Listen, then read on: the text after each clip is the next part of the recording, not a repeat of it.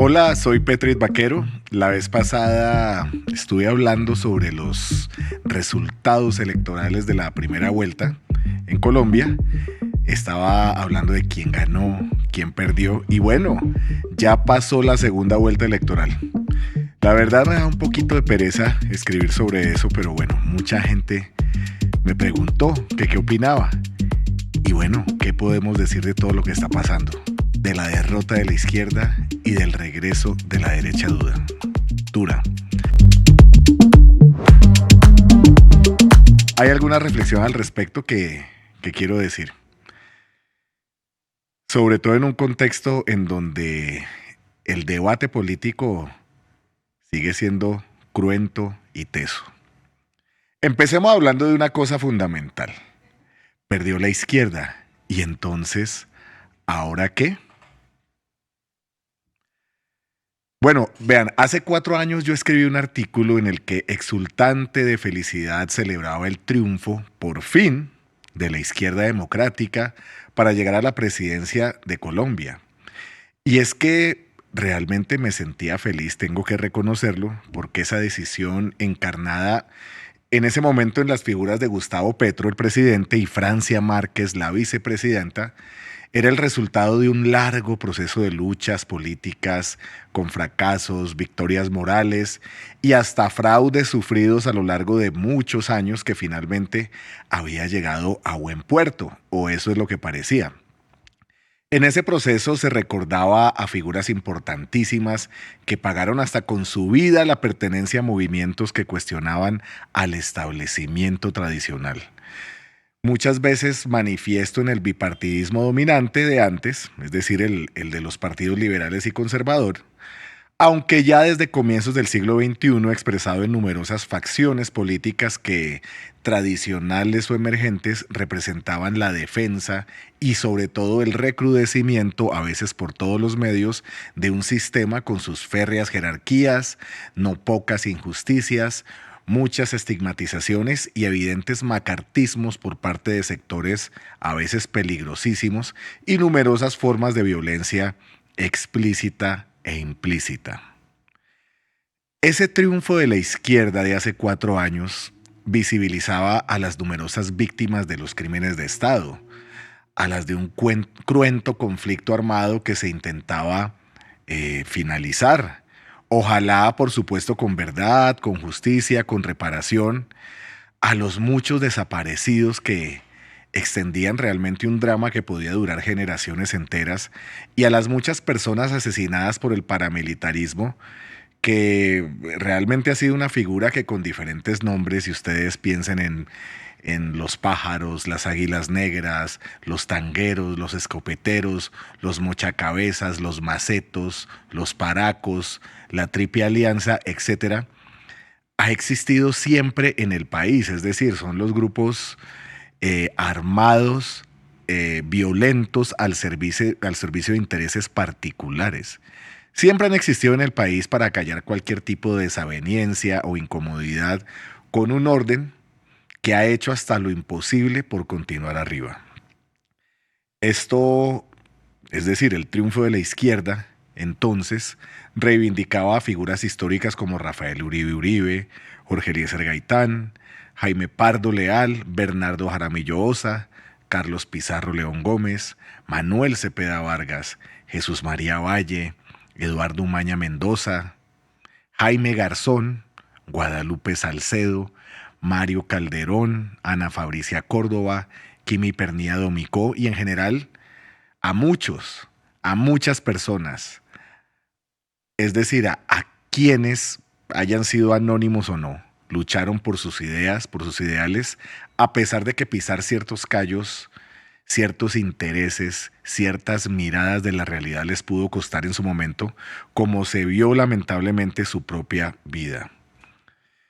Entonces sí, la victoria de la izquierda recogía muchas cosas, también a los damnificados de las políticas neoliberales que realmente acabaron con la autonomía alimentaria del país, a las múltiples voces de las minorías, muchas veces ignoradas en tantas partes, a las personas más vulnerables que sueñan con una vida digna, pero infortunadamente se estrellan con una indolente realidad, a los tradicionalmente excluidos por una estructura clasista y al mismo tiempo arribista que, bueno, son tal vez partes de lo mismo, pero no lo mismo. También a los miles de desplazados que por razones económicas o causa de la violencia resultaban haciendo su vida en los lugares más impensados. Y por supuesto a los inconformes y disidentes que se alejan del canon tradicional o dominante para creer que otros mundos son realmente posibles. Por eso, valga decir, la mención a los nadies que hacía Francia Márquez, siguiendo al gran Eduardo Galeano, era poderosa, inspiradora, romántica y contundente. En ese camino, el triunfo de Petro en particular y la izquierda en general acogía entonces a la vez las luchas que se habían hecho cada vez más fuertes en torno a procesos feministas, LGBTIQ+, de los derechos civiles y en general a quienes representan a las denominadas nuevas ciudadanías, que han ido emergiendo, no con pocos choques y varias contradicciones, son muchas de verdad, pero que existen para hacer valer su voz en diferentes escenarios, a veces complicados realmente, e involucraba a quienes propugnan por el cuidado del medio ambiente, oponiéndose a las fumigaciones con glifosato, al fracking, a la explotación sin miramientos de los recursos naturales, con fines meramente mercantilistas y, digo yo, claramente irresponsables. Además, representaba a quienes se han manifestado en contra del maltrato animal, incluso refiriéndose a prácticas consideradas tradicionales, entre comillas, pero que hoy en día son tremendamente cuestionables. Y por supuesto apoyaba a quienes abogan por políticas diferentes en torno al tema de las drogas, defendiendo la autonomía personal, el libre desarrollo de la personalidad y la necesidad imperiosa, urgente, necesaria de que todo este tema se asuma más bien en el contexto de la salud pública y los derechos humanos y no tanto el de la criminalidad. Asimismo, esa izquierda era el triunfo de los que respaldaban el derecho de la mujer a decidir sobre su cuerpo en lo referente a su voluntad de interrumpir el embarazo, si así ella lo decide. Y obviamente representaba a quienes abogan por una educación pública de calidad, a la separación de la iglesia y el Estado, a la libertad de cultos y a la búsqueda de un sistema de salud que no sea un negocio particular, sino tanto una obligación del Estado como un derecho para toda la gente. De esta manera, hay que decir, ese triunfo de la izquierda hace 4 años, que es precisamente el sector político que se opone al orden establecido, es decir, por eso es precisamente izquierda. La izquierda es la mirada política que se opone al orden establecido. Y ese triunfo era motivo de celebración para muchos como yo, pues además de ampliar la democracia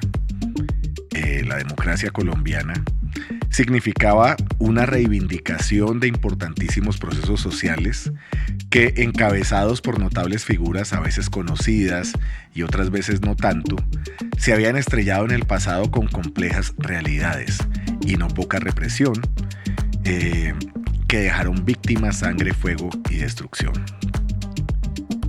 Vale recordar que ese triunfo electoral se daba además poco tiempo después de la firma del acuerdo de paz con la guerrilla de las FARC, el cual, pese a los innegables saboteos de varios sectores reaccionarios y regresivos, se estaba implementando, dejando ver que ya era posible que, enhorabuena, como había pasado en otros países de América Latina, con distintos resultados, claro está, hubiera cabida en Colombia para un gobierno progresista y de avanzada que además ayudaría a romper del imaginario los muchos relacionamientos que algunos veían entre izquierdas armadas y democráticas.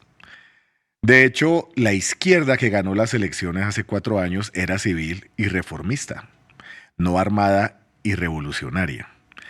Pues a pesar de ser liderada por un exguerrillero, se daba en un contexto democrático, poniendo en evidencia el éxito de unos acuerdos que, en un país ensangrentado, se hacía simbólicamente poderoso y tremendamente positivo. Por eso, el triunfo de Petro era también un fuerte espaldarazo a los acuerdos de paz del pasado y por supuesto a los eventuales procesos que se pudieran implementar posteriormente, entendiendo que es mucho mejor una paz imperfecta que una guerra perpetua. Así, obviamente haya muchos sapos que tragarse y continúen haciendo ruido por ahí unos cuantos nostálgicos de la violencia, de la denominada mano dura y del, como decía, un nefasto político de viejos tiempos, y algunos sabrán de quién se trata, del atentado personal.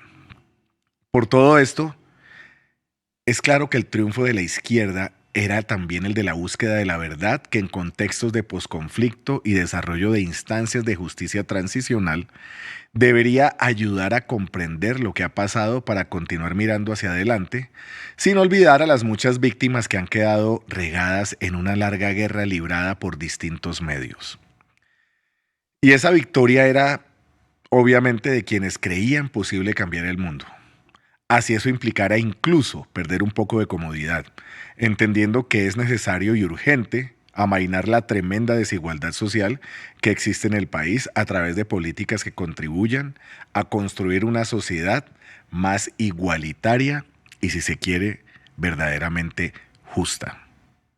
Como decía un político de viejos tiempos, al menos en sus justas proporciones. Por tal razón, ese triunfo, y ese triunfo que yo celebré, era el de los muchos procesos de cambio que han llevado, a pesar de algunos pasos atrás, al desarrollo de sociedades de derechos inclusivas, culturalmente iconoclastas y deliberativas, como debería ser una verdadera izquierda, en el mejor sentido del término. Claro, es obvio, es lógico, es evidente que hacer realidad los objetivos planteados en solo 4 años sería una labor titánica. No solo por los grandes problemas estructurales que existen realmente, sino porque muchas instancias que ejercen el poder verdadero, es decir, los gremios, ciertos medios de comunicación, ciertas castas políticas, poderes establecidos en muchos lugares, eh, a veces son el poder real y manejan la opinión pública, y varias de esas instancias se opondrían, por supuesto, con todo, incluso haciendo lo posible para que la izquierda, no solo el gobierno, fracasara. Y es que es bien sabido que gran parte del riesgo que había es que se cumpliera la máxima que varias otras veces yo he recordado, que apunta a que si fracasa un gobierno de derecha, como en efecto pasó muchas veces en Colombia, fracasa solamente el gobierno. Pero si fracasa eventualmente un gobierno de izquierda, fracasa la izquierda en general. Por eso, el gobierno de Petro, que generaba tantísimas expectativas, tuvo un camino tremendamente difícil, que se vio reflejado en varios logros, algunos muy plausibles y no pocos y muy sonados fracasos, además de unos tantos hechos vergonzosos. El pasado domingo 21 de junio de 2026, como bien se sabe, 4 años después de la elección de Petro, la izquierda colombiana en cabeza de Iván Cepeda, fue derrotada en las urnas por muy poquitos votos, pero derrotada de todas formas. Por ahí he visto que han dicho que Del Espriella no deberías celebrar porque es una victoria pírrica, pero victoria al fin y al cabo. En el mundial y en los partidos, el que gana por un gol, así sea colgado de los palos y en un contragolpe, finalmente celebra. Eso es así. Entonces sí, fue derrotada. Y lo grave del asunto es que perdió con una opción o contra una opción ideológica radicalmente opuesta, contraria, inclinada realmente a la extrema derecha y apoyada por los sectores más conservadores y reaccionarios del país, lo cual hace pensar que están en riesgo muchas de las políticas implementadas durante el mandato que termina, que de todas formas, a pesar de las críticas, tiene varios logros. Esto obviamente ha generado gran desconocimiento en los sectores que apoyan al gobierno y respaldaron la candidatura de Cepeda, pues estaban convencidos de que habría continuidad en las políticas y por supuesto los funcionarios, los contratistas y los operativos que las ejecutaban. Ante todo esto que está ocurriendo, es decir, la derrota de la izquierda y el triunfo de una tendencia de derecha dura, vale entonces plantear interrogantes como: ¿será que la izquierda perdió por los muchos errores, problemas y fracasos del gobierno de Petro? ¿O lo hizo por factores externos como la existencia de un bloque de derecha dura que nunca desapareció e hizo todo lo posible por recuperar lo que creía que le pertenecía por derecho propio? ¿O realmente todo esto fue por culpa de la campaña de Cepeda, que en un principio fue a las urnas confiada e incluso pensando que ganaría en primera vuelta? Es que yo lo recuerdo y yo se los dije la vez pasada. Yo aposté una botella de Olpar a que iba a haber segunda vuelta electoral. Una persona muy cercana a la campaña de Cepeda me apostó que no, que ganaban en primera vuelta. Y bueno, me gané la botella de Olpar, aunque todavía no me la han entregado. Tengo que pedirla, ¿no? Pero bueno.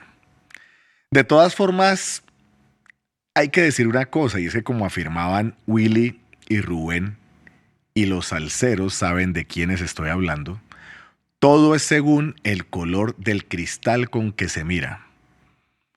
Porque realmente se puede calificar como fracaso el haber perdido por poco menos de 250,000 votos, pese al evidente desgaste de un gobierno que tuvo un mandato realmente atropellado. Ante esto también, ¿cuáles son realmente los núcleos duros que votaron por De la Espriella y los núcleos duros que votaron por Cepeda respectivamente, que indudablemente serán parte del pulso político durante los próximos 4 años? ¿O es posible que ante el desgaste de algunas figuras, varias de estas con grandes problemas, inconvenientes, cuestionamientos, será posible en Colombia prontamente construir procesos políticos nuevos, más inclusivos y menos dogmáticos en un escenario de polarización y bajo nivel del debate público? Y de hecho, ante una derrota por tan pocos votos, como dijo Maturana, ¿se puede decir también que perder es ganar un poco? Sobre esto y más diré algunas cuantas cosas en la próxima emisión. Muchas gracias.